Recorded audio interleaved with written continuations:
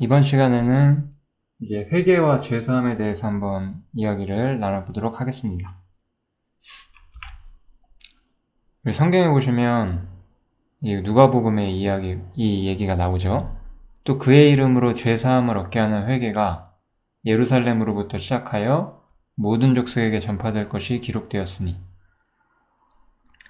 우리가 그 사람이 하나님 앞에서 심판받을 수밖에 없고 모든 사람이 하나님 앞에 심판을 받을 위치에 있다는 것을 제가 지난번에 말씀을 좀 드렸는데, 그렇다고 한다면 해결책이 없지 않겠죠. 하나님께서는 그것을 우리에게 알려주시고자 하는 것이기 때문에 이제 사람이 어떻게 하나님께 가야 하느냐, 그 주제가 바로 회개와 죄사함이다, 이렇게 성경은 이야기를 해주고 있어요. 그래서 여기 보면 죄사함을 얻게 하는 회개 이렇게 되어 있는데, 이러면 마치 이렇게 회개를 하면은 죄사함을 얻을 것이다, 약간 이렇게 써있는 느낌이긴 한데, 뭐 이렇게 써있는 건 아니고요. 원어에서는 회개, 죄사함, 이 두 가지를 and, 그냥 이거와 이거 이렇게 묶여져 있거든요. 그래서 회개와 죄사함을 그 전파를 하는 것이 하나님께서 우리에게 주신 명령이. 그래서 우리는 이 회개와 죄사함을 이 시대 2000년 전에 이 예수님의 제자로부터 시작돼서 지금까지도 전파가 되고 있고, 이 진리가 전해지고 이 진리를 믿음으로써 사람이 지옥에 가지 않고 구원을 얻고 하나님의 사람으로 살 수가 있게 되는 거죠. 그래서 그럼 회개와 죄사함이 무엇이냐, 우리가 이거를 오늘 생각을 하면 될 것 같습니다. 일단 회개는 물론 죄사함도 마찬가지지만 이 모든 사람에게 주어진 명령이죠. 그래서 사도행전에 보면 이런 말씀이 있어요. 알지 못하던 시대에는 하나님이 허물치 아니하셨거니와 이제는 어디든지 사람을 다 명하사 회개하라 하셨으니, 이 회개가 어디에 있는 모든 사람에게 하나님이 주신 명령이에요. 이 모든 사람에 들어가지 않는 사람이 있나요? 그래서 우리 모두는 회개해야 될 책임이 있어요. 하나님께서는 모든 사람에게 회개하라고 지금 명령하시고 계세요. 그래서 이 회개는 모든 사람에게 주어진 명령이고 하나님께서 사람에게 요구하시는 거예요. 그럼 회개가 무엇이기 때문에 하나님께서 요구를 하시는 것일까? 이 회개라는 것은 자기 자신에 대한 어떤 판단을 말하는 거예요. 회개는 교회 가서 막 눈물 흘리면서 회개합니다 한다고 회개가 정말 되는 건 아니고, 그렇게 회개한다고 해서 사람이 정말로 회개한 상태인지 믿을 수도 없어요. 이렇게 실제로 접해보면은. 근데 이제 회개라는 건 어떤 것이냐? 회개라는 것은 자기 자신에 대해서 올바른 판단을 하는 것이 바로 어떤 회개가 가진 가장 본질적인 부분이에요.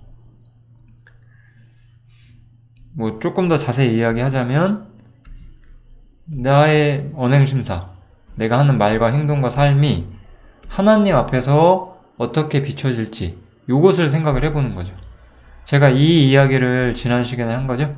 사람이 죄인일 수밖에 없는 이야기를 하면서 우리가 죄인으로서 하나님 앞에 우리가 어떻게 보여줄 수밖에 없는지를 말씀을 드렸고, 만약 지난 시간에 한 이야기에 대해서, 제가 드린 말씀에 대해서 이걸 인정하시고 믿으신다면, 또 믿는다는 말은 좀 적합하진 않지만 어쨌든 그 이야기를 받아들이신다면 그 회개가 굉장히 가깝다고 볼 수 있겠죠. 그래서 회개라는 것은 죄인에게 선포되어야 되는 거예요. 선포라고 하는 것은 당신이 어떤 사람인지 판단해 보셔야 합니다 라고 제가 이렇게 이야기를 전하는 거죠. 제가 여기 누구누구한테 이야기해서 회개하셔야 돼요, 회개하셔야 돼요, 회개하셔야 돼요 이렇게 강요한다고 그 사람이 회개가 되는 게 아니라는 거예요. 그 사람이 어떤 전도자가 있고, 여기 이제 그 구도자가 있다고 쳐볼게요. 하나님 말씀을 배우고자 하는 사람이 있는데, 내가 회개하라고 아무리 말한다고 이 사람이 회개하는 건 아니죠. 오히려 우리는 이 구도자가 하나님 앞에서 어떤 사람일 수밖에 없는지를 충분히 전해줘야 되는 거예요. 그래서 그 사람이 내가 하나님 앞에서 멸망받을 수밖에 없는 죄인이고 나에겐 아무 소망이 없었구나. 내가 아무것도 모르고 이 세상에서 그냥 내 맘대로 살고 있었고 잘못된 길을 가고 있었고 이대로 살면 내가 영원히 멸망하고 지옥에 가는구나. 이렇게 살면 안 되는구나. 이거가 받아들여지는 것이 바로 회개라는 거죠. 제가 전도를 그동안 해오면서 이 하나님 말씀을 인정하지 않는데 입으로는 회개한다고 말하는 사람들이 굉장히 많았어요.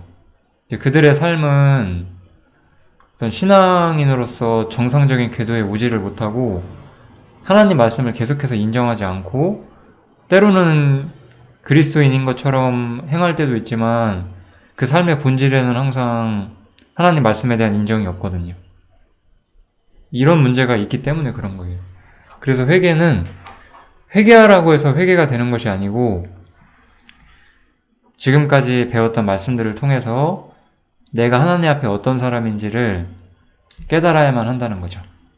그것이 바로 회개가 무엇인지 우리가 배우는 방법이에요.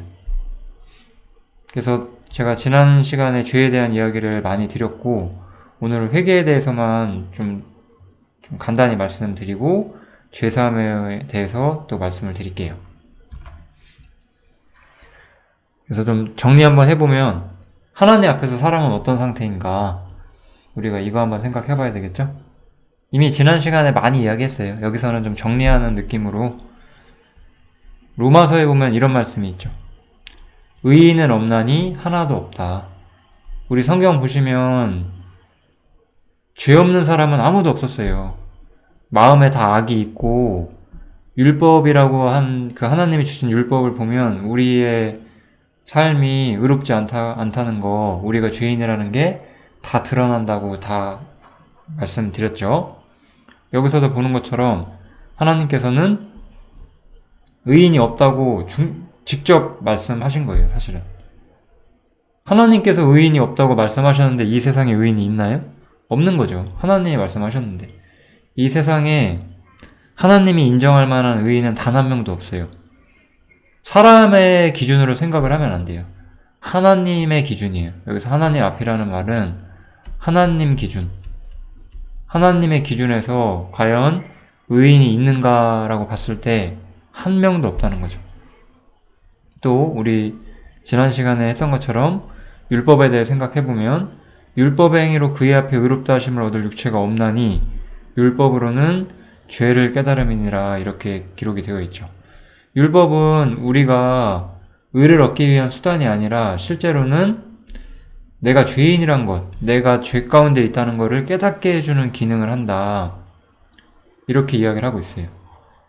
우리 살인하지 말라고 하는 율법은 내 안에 미움이 있고 이 미움이 죄라는 것을 나에게 가르쳐주는 효과가 있죠. 그래서 율법은 우리를 의롭게 만들어주는 수단이 되지 않고 우리가 죄를 짓는다는 것을 오히려 증명하죠. 그리고 또 로마서 3장에 또 이런 말씀이 있어요. 모든 사람이 죄를 범하였음에 하나님의 영광에 이르지 못하였다. 이렇게 말하면서 모든 사람이 죄를 범했고 하나님 앞에 설 수 있는 사람은 단 한 명도 없다라고 하나님께서는 직접 말씀하신 거예요. 우리 중에 하나님 앞에 설 수 있는 사람이 있나요? 그렇다면 이런 사람들의 결국은 어디죠? 우리 이 모든 사람이 죄를 범한 모든 사람들의 결국 이대로 있으면 지옥이란 말이에요. 그래서 내가 이대로 살면 지옥이라는 것을 인정하셔야 돼요. 그리고 하나님께로 돌아가고자 하셔야 돼요. 그것이 바로 회개예요. 우리는 하나님 앞에서 죄인이고 하나님께서는 결코 죄를 용납하실 수 없는 완전히 거룩한 분이라는 것을 제가 계속해서 강조를 드리고 있는데 깊이 한번 생각해 보시면 좋을 것 같습니다. 그리고 참으로 회개하셨으면 좋겠어요. 이 이후부터는 이제 죄사함에 대해서, 아까 회개와 죄사함에 대해서 전파가 되어야 된다고 성경에 기록되어 있었잖아요. 죄사함에 대해서 말씀을 드릴게요. 이 죄사함은 이러한 사람의 상태, 이 죄인으로서 아까 봤던 것처럼 죄인으로서 지옥만이 기다리고 있는 사람에게 해결책이 있다는 거예요. 그래서 율법 외에, 율법은 우리에게 죄만 깨닫게 해주고 실제로 의를 가져다 주지 못했는데 이 율법 외에 하나님의 한 의가 나타났으니 율법과 선지자들에게 증거를 받은 것이라. 여기서 율법과 선지자들에게 증거를 받았다는 것은 이제 구약 성경에 예언이 되어 있다라고 보시면 돼요. 곧 그것은 뭐냐? 예수님을 믿음으로써 모든 믿는 자에게 주어지게 되는 하나님의 의다라고 말하는 거예요. 그래서 예수님을 믿음으로써 죄인은 행위로는 의롭게 될 수가 없고 이 지옥 판결을 피할 수가 없거든요. 근데 이들이 해야 될 일은 그래서 뭐냐? 회개를 했어야 되고요. 이제 믿어야 돼요. 예수님을 믿어야 돼요. 예수님을 믿게 되면 의가 주어지게 되고 의인은 지옥에 갈 수가 없죠. 그래서 우리는 예수님을 믿음으로 의를 얻고 이 죄인으로서 멸망할 수밖에 없는 이 상태에서 해결을 받아야 돼요. 이것을 성경은 복음이라고 말을 하고 그래서 모든 사람이 이것을 믿고 구원받기를 하나님께서는 원하시고 계세요. 다시 한번 예수님을 믿음으로 죄사함을 받는다에 대해서 또 다른 성경에도 이렇게 나와 있어요. 또 그러므로 형제들아 너희가 알 것은 이 사람을 힘입어 죄사함을 너희에게 전하는 이것이며 아까 해결책으로 제가 믿음을 제시했죠? 해결책이 믿음이다. 예수님에 대한 믿음이다. 근데 무엇을 믿는 것이냐? 이 사람, 예수님을 통해서 죄사함이라는 것이 전해진다는 걸 믿어야 된다는 거예요. 그리고 또 율법으로, 우리 모세의 율법으로는 우리가 의롭게 하심을 얻지 못하던 모든 일에도 이 사람을 힘입어, 예수님의 능력을 힘입어서 의롭다 하심을 얻을 수 있다는 거예요. 그래서 죄사함과 의롭다 하심을 예수님을 믿음으로써 얻게 된다는 거죠. 그래서 우리는 예수님을 믿고 이 죄사함과 의롭다 하심을 받아야지만 구원을 얻을 수가 있는 거예요. 그럼 죄사함이 무엇인지 우리가 좀 자세히 생각을 해봐야 되겠죠. 여기 보면 또 죄사함에 대한 이야기가 나오죠. 아까 제가 찾았던 거. 여기서 제가 다시 한번 이걸 써놓은 것은 이 이야기의 어떤 전체 맥락을 좀 크게 보여드리려고 쓴 건데 또 이르시되 이같이 그리스도가 고난을 받고 제3일에 죽은 자 가운데서 살아날 것과 그래서 전파되어야 될 것 중에 첫 번째가 무엇이냐? 예수님의 죽음과 부활이래요. 또 그의 이름으로 죄사함을 얻게 하는 회개가 아까 죄사함과 회개 나왔었죠? 이 두 가지가 예루살렘부터 이 이스라엘의 중심이었던 예루살렘으로 시작해서 모든 족속에게 이 세상 모든 사람에게 이 예수님의 죽음과 부활 그 다음에 죄사함과 회개가 전파되어야 된다고 이야기를 하는 거예요.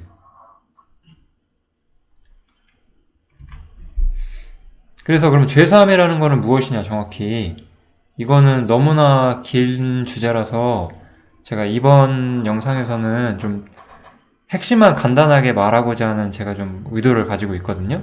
그래서 좀 짧게 말씀을 드려볼게요. 가장 중요한 부분만.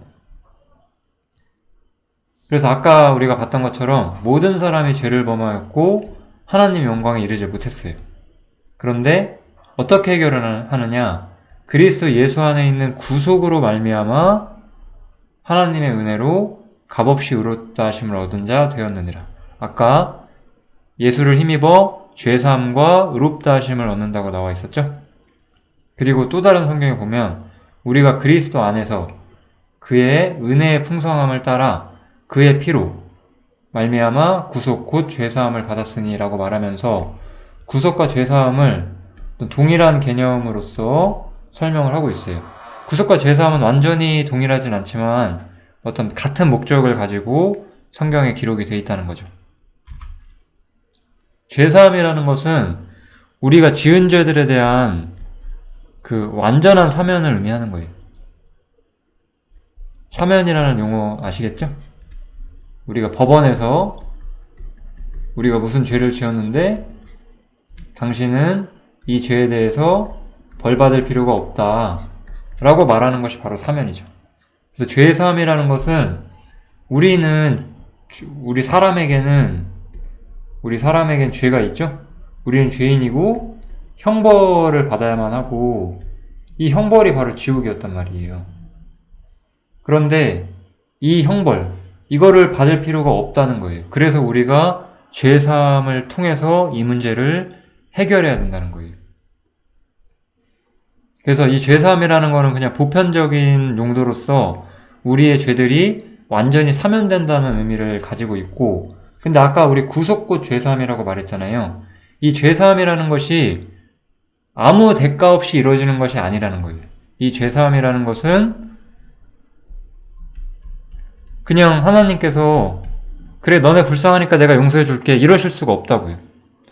우리가 어떤 사람이 나쁜 짓을 했는데 너는 내 친구니까 용서해 줄게 이렇게 말한다면은 우리는 그 사람을 되게 나쁘게 볼 거잖아요. 잘못된 생각을 하고 있다고 볼 거잖아요. 친구니까 뭐든지 용서해주고 그러면 안 되는 거잖아요. 예를 들어 뭐 대통령이나 국회의원 같이 높은 사람이 자기 주변 사람들이 잘못을 했는데 자기의 권력을 갖고 덮으면 그런 걸 우리가 비리라고 하잖아요. 그죠? 그런 것처럼 이 죄들을 그냥 사면하시면 그거는 비리거든요. 아무 이유 없이 사면해 주시면 안 돼요. 그래서 이 죄사함이라는 이 죄들의 사면에 대해서 어떻게 하나님께서 사면할 것이냐, 그것이 바로 성경에서는 구속이라고 말을 하는 거예요. 구속은 이 사면, 죄에 대한 사면의 근거가 뭔지를 우리한테 설명을 해주는 거예요. 그래서 이 구속은 죄로 인해 우리가 처한 상황으로부터 값을 치르고 사면되는 것을 의미하는 거예요. 그래서 조금 더 정확히 죄사함을 설명해 주는 거죠. 그래서 사면을 위해서 우리가 필요한 것은 바로 이 죄값을 치러야 한다는 거거든요. 그래서 이 죄값을 우리 스스로 치를 수가 없어요. 그래서 하나님께서 우리의 죄값을 대신 치러주시고 그 다음에 그것을 근거로 우리를 사면하시겠다는 거예요.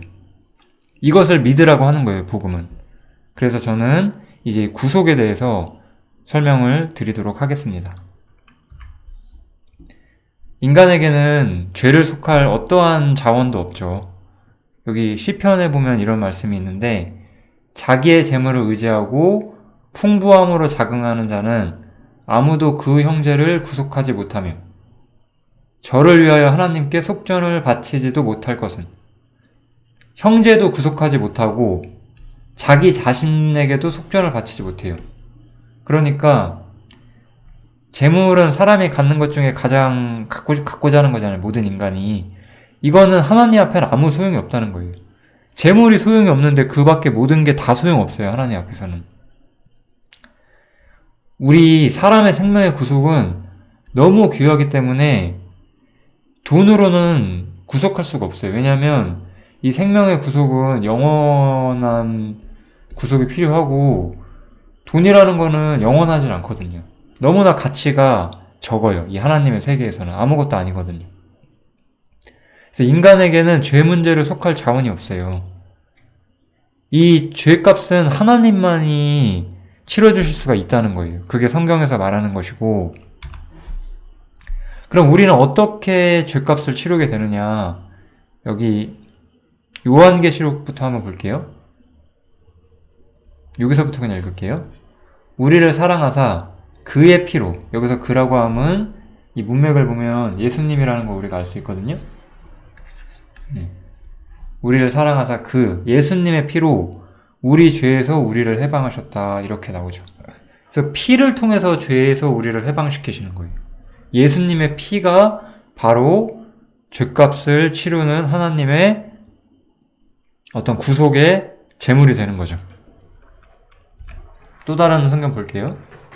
요거는 베드로 전서인데, 너희가 알거니와 너희 조상의 유전한 망령된 행실에서 구속된 것은 은이나 금같이 없어질 것으로 한 것이 아니요. 아까 보면 돈은 아무런 가치가 없었잖아요. 오직 흠없고 점없는 어린 양 같은 그리스도의 보배로운 피로 한 것이니라, 이렇게 나오죠. 그래서 이 예수님의 보배로운 피, 오직 이것만을 통해서 우리가 구속을 얻을 수 있는 거예요. 이제 구속과 죄사함 좀 개념 잡히시죠? 죄사함은 결과적으로 우리에게 주어지는 사면권이죠. 근데 이 죄사함을 받기 위해서는 우리에게는 적절한 값, 죄값을 지불할, 이런 거를 우리 속전이라고 하거든요. 죄값을 지불해야 돼요. 그래서 죄값을 지불해야 되는데 죄값을 우리의 돈으로는 지불할 수가 없어요.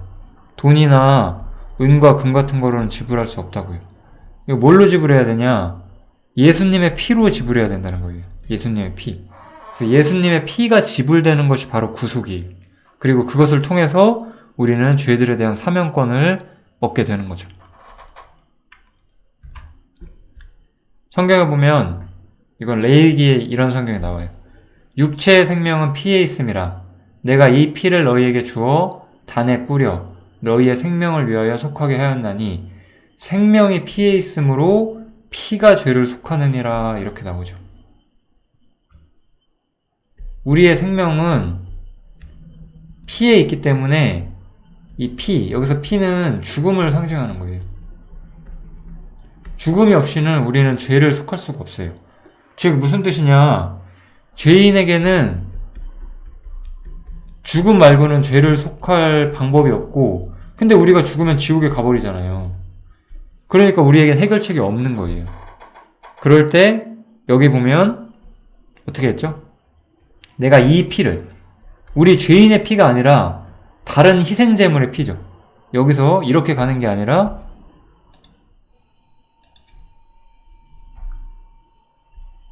다른 제물, 이 희생제물의 피가 뿌려지는 거예요. 내가 이 피를, 여기서는 짐승의 피인데 이것은 구약성경의 예표고, 이 희생제물의 피가 하나님께 드려짐으로써 하나님은 죄값을 대신 치르셨다고 보는 거죠.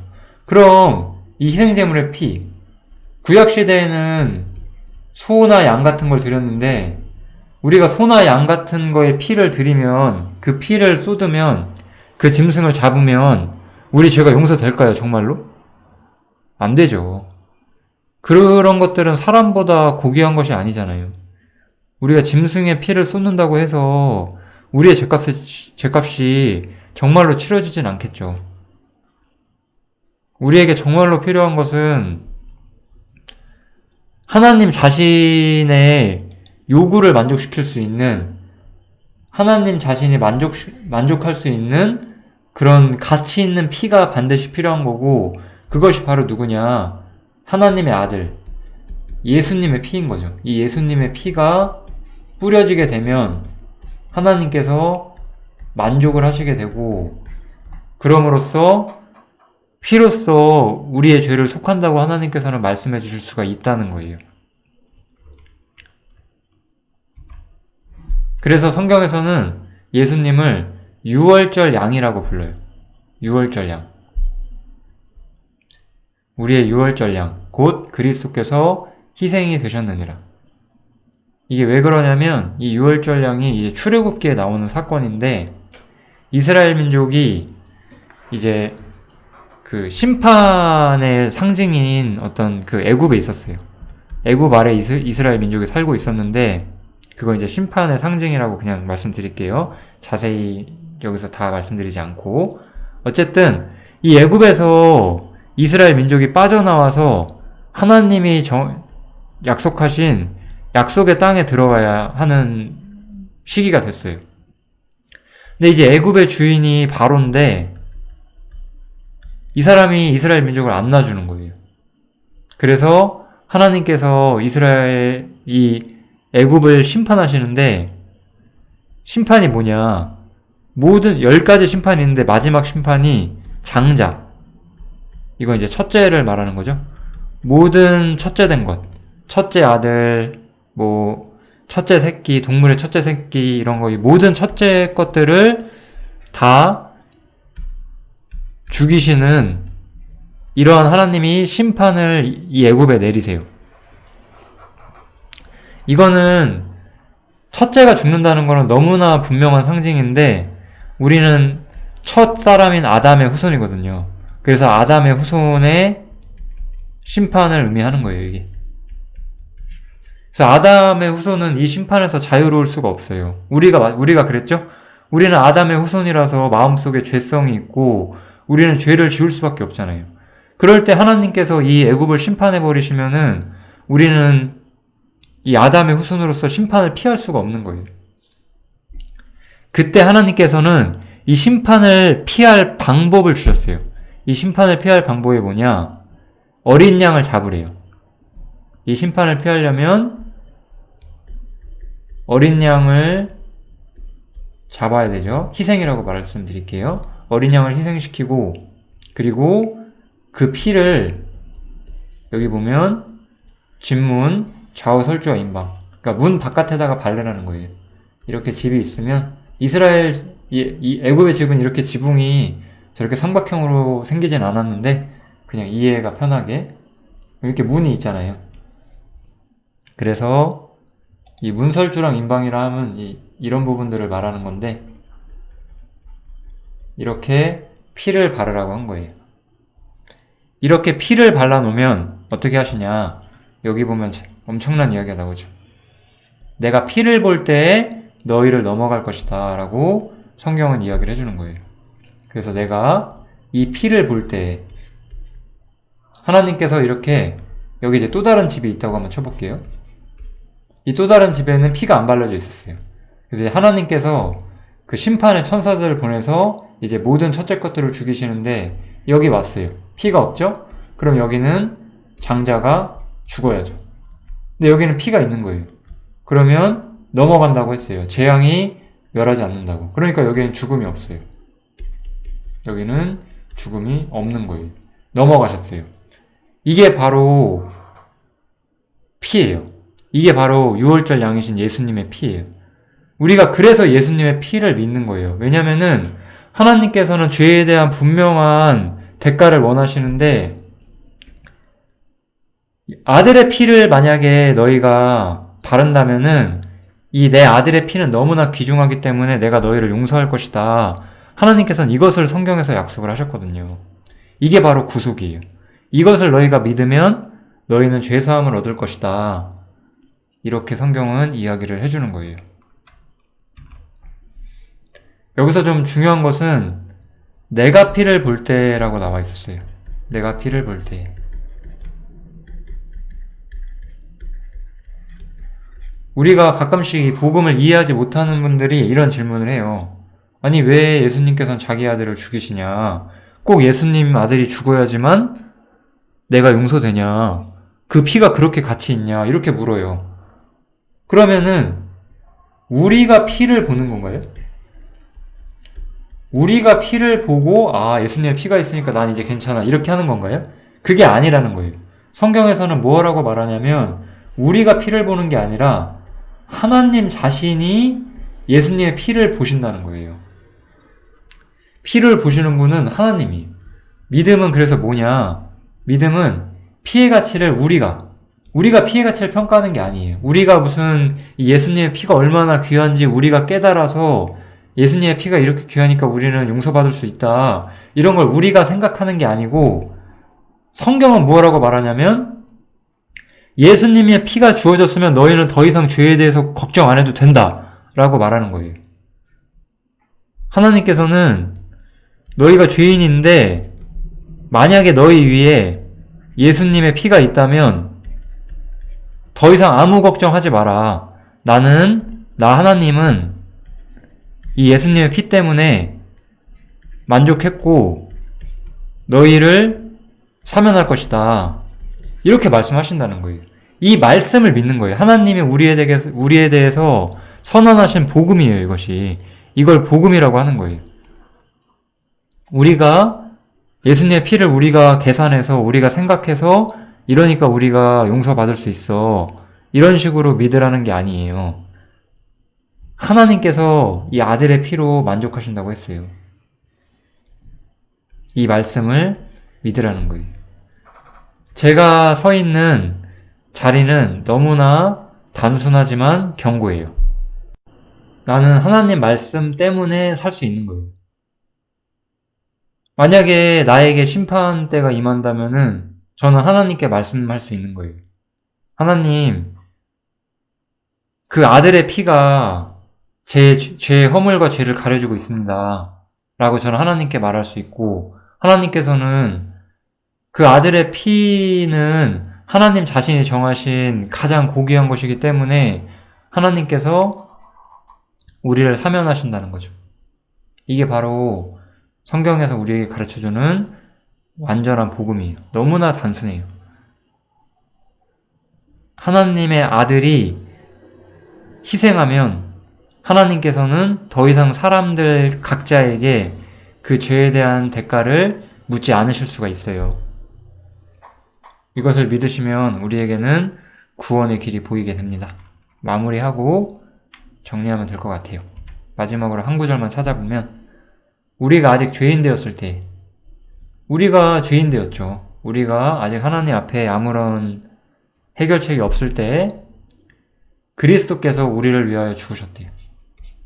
하나님께서 우리를 위하여 아들을 이 땅에 보내셨고 그 아들이 죽으셨어요. 그것을 통해서 하나님께서는 우리에게 대한 자신의 사랑을 확증하셨대요. 하나님께서는 아들을 희생시키셨어요. 아들을 희생하면 우리들의 죄에 대한 그 사면을 가능하게 해요. 근데 하나님께서는 왜 우리의 죄를 사하실까요? 바로 사람을 사랑하시기 때문에 그렇다는 거예요.